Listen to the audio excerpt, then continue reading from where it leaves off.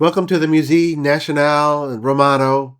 This is the Palazzo Altemps here in Rome, Italy.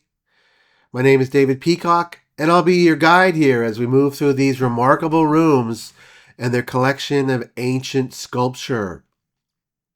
This palazzo was built in the late 1490s, and over centuries it's changed hands, carrying with it layers of memory until finally becoming part of the Italian State Museums. Today it offers 2 floors of galleries, a world of marble, myth, portraits, and fragments of a civilization that shapes us today. I moved from the courtyard to the first gallery here, and we're going to see maybe 100 different sculptures here of Roman origin. Of course, they're based on the Greek civilization, but most of these are created in the Roman times, but about 10% were created later in the Renaissance times.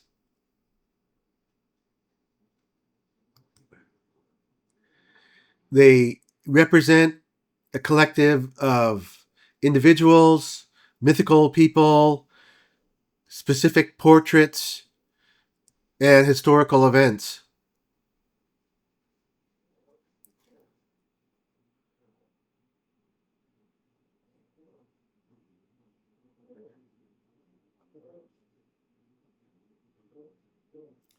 Here's 2 notable ones I liked. Here's Zeus on the left, and the figure on the right is identified as Pluto.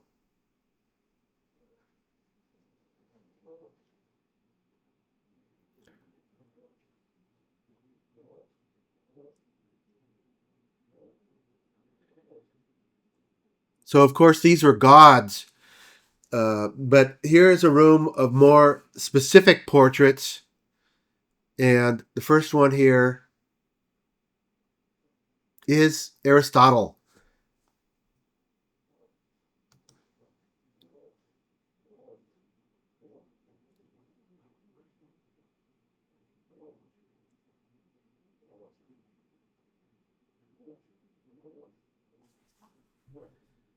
Some of the faces a little more generic.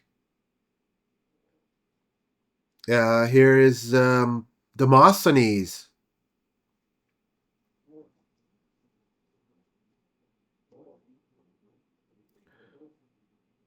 This one is Julia Flavia, the daughter of Emperor Titus.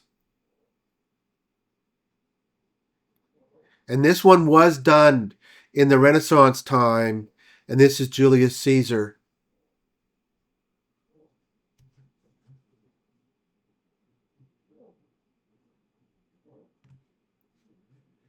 So when I think about these, I think about how the Romans saw these sculptures, how the people in the Renaissance saw these sculptures, and how we see the sculptures today.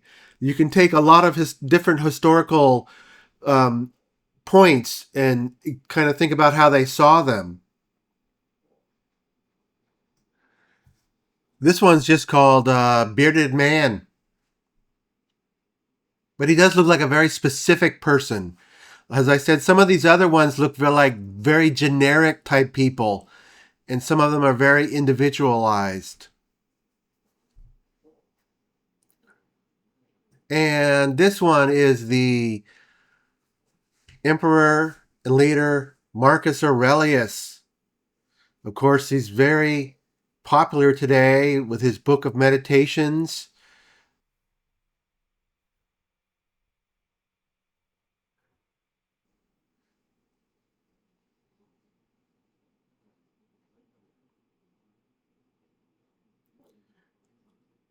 For me, this is more of a generic face. This is very Greek like.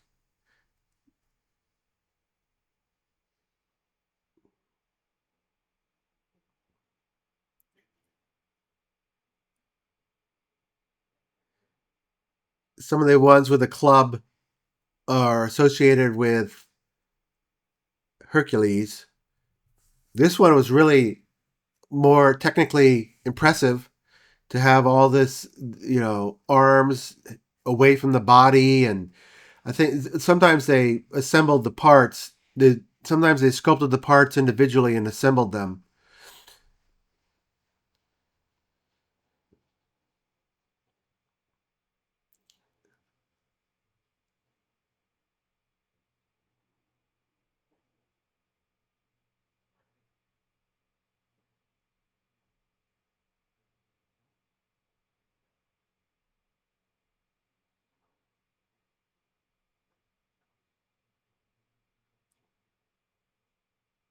This one, the I think it might be Bacchus because it's holding grapes. It's kind of a celebratory piece. And here is a dog. This is a mythical. This is a mythical sculpture. So the dog is not really a real breed of dog. It's a mythical dog, and the peak person is mythical. So these are kind of meant to take you into a different time and not related to reality.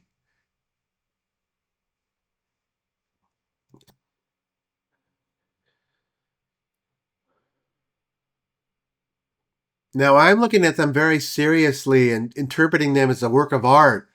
But in Roman times, most of these were kind of decorative. They would be seen in temples or in a private home or maybe in a public space, but they're like symbols of things, and so they're not really. They looked at them differently than me. So this is Athena, and this here is a great gigantic snake, which was seen as a positive symbol of health and healing.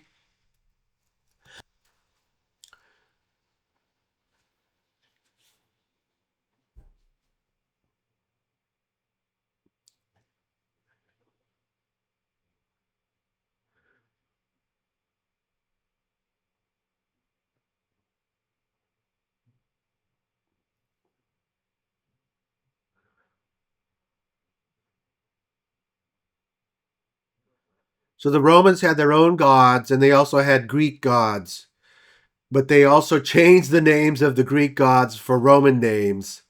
So there's a lot of mixture going on here. And as I walked out here, I could see this relief here has some famous gods. It has Jupiter, Pluto, Persephone, and more. You know, the light from the courtyard shines in on this side of the walls too. It goes into the galleries.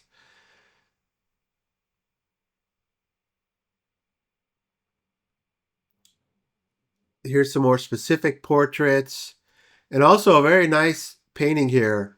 This might be from the Renaissance painting.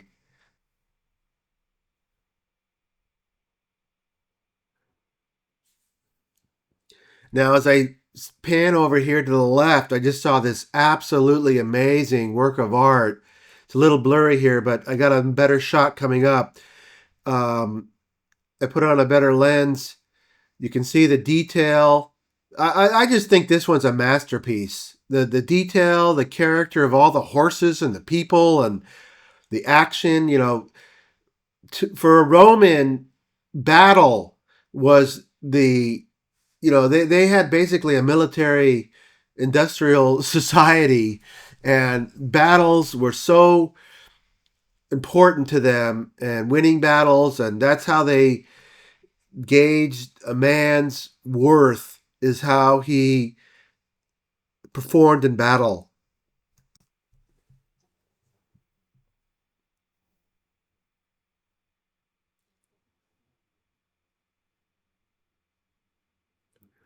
Because the Romans conquered most of the known world during their empire.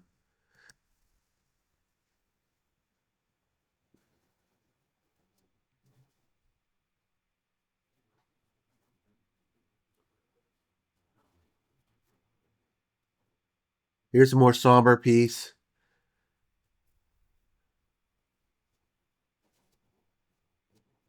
Now a little bit more Randy here. Here's Pan and another female male couple.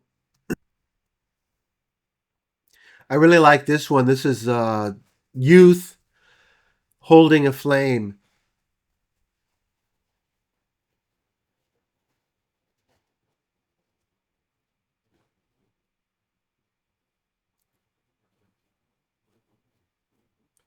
Here is just another, I think, masterpiece. On the left is a portrait of Hercules, the mythical strong man. You want, if you're going to go to battle, you want this guy on your side.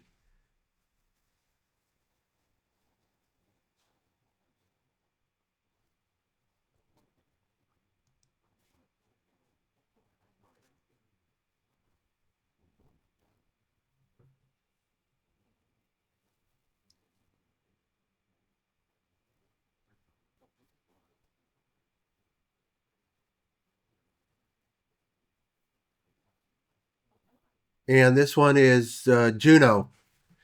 Now, doesn't have as much personality as the Hercules, the same size, but some of the female characters are kind of more idealized female faces.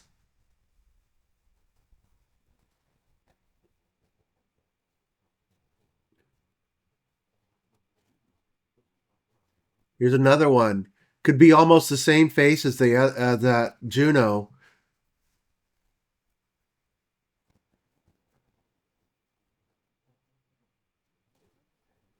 Now, when I look at these, I never got used to the nudes, because it seems so strange to always be nudes. But the point is that the clothing, these are mythical people, and so to have clothes can kind of make them more in reality, but they should be seen as otherworldly. Uh, Here's a seated warrior.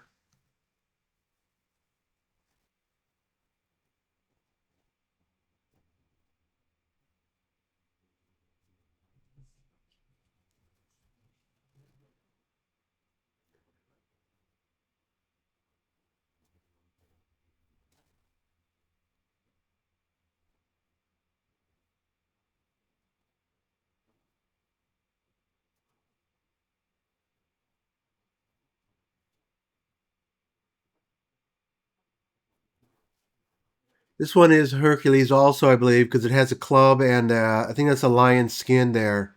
So this is also Hercules.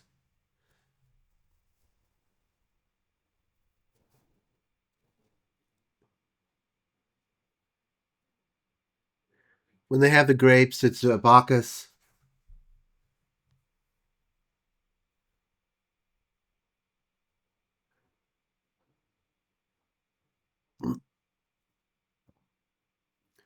And when I first saw this one with this figure with the snake wrapped around it, I was kind of concerned, but this is a symbol, and the snake represents health and healing. Here's women dancing,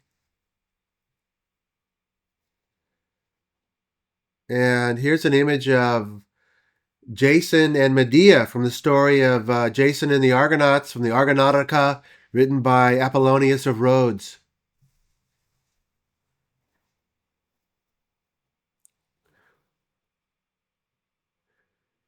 Traveling through one of the galleries, kind of getting an idea. It was very lucky that hardly was anybody was in here today.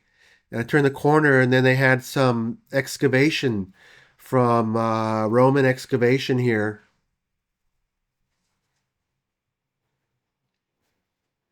Then there's a room of artifacts, several smaller galleries right next to each other with different things that archaeologists had collected from the uh, arch- uh, ancient sites.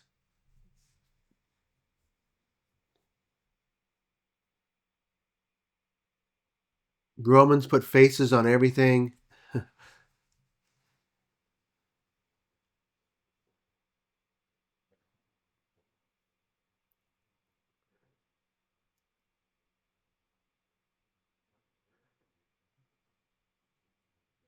There's some lanterns there. And these are mirrors.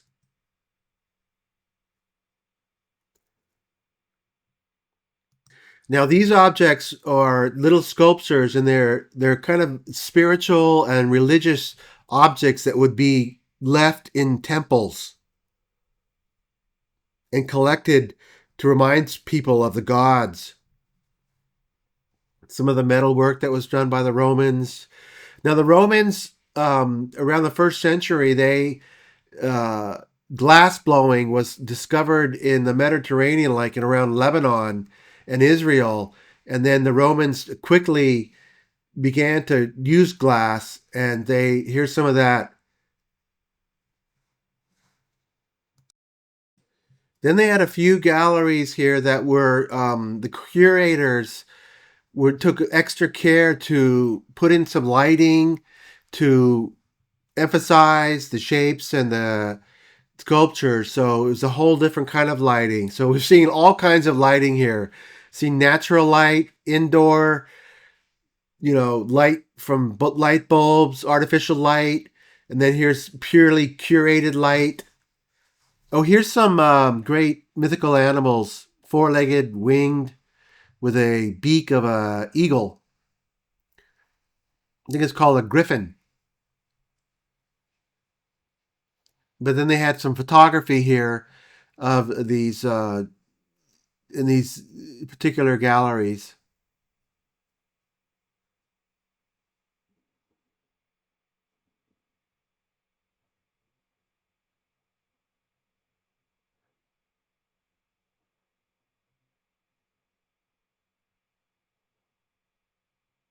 I think, as I said, that at first the nudity is always kind of makes me a little uncomfortable, but that they're just kind of idealized bodies.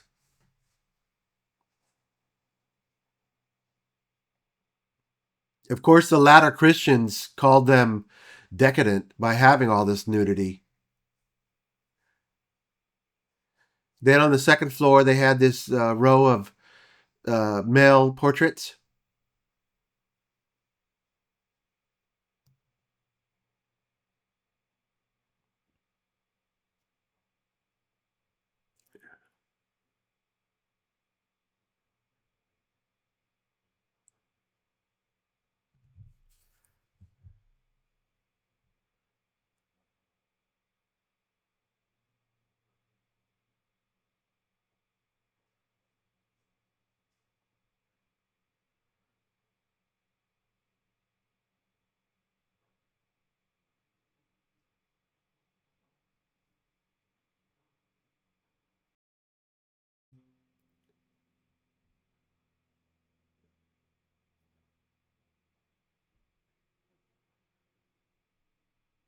All these men very dignified, look like they have integrity, and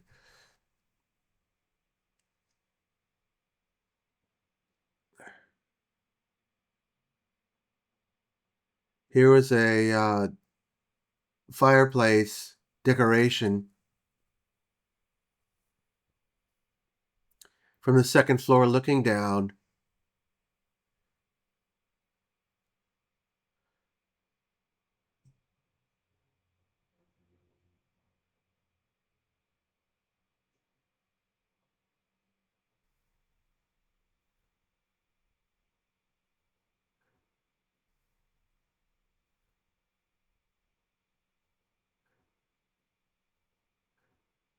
So as I left the building, I was grateful to be able to see all this absolutely outstanding Roman art.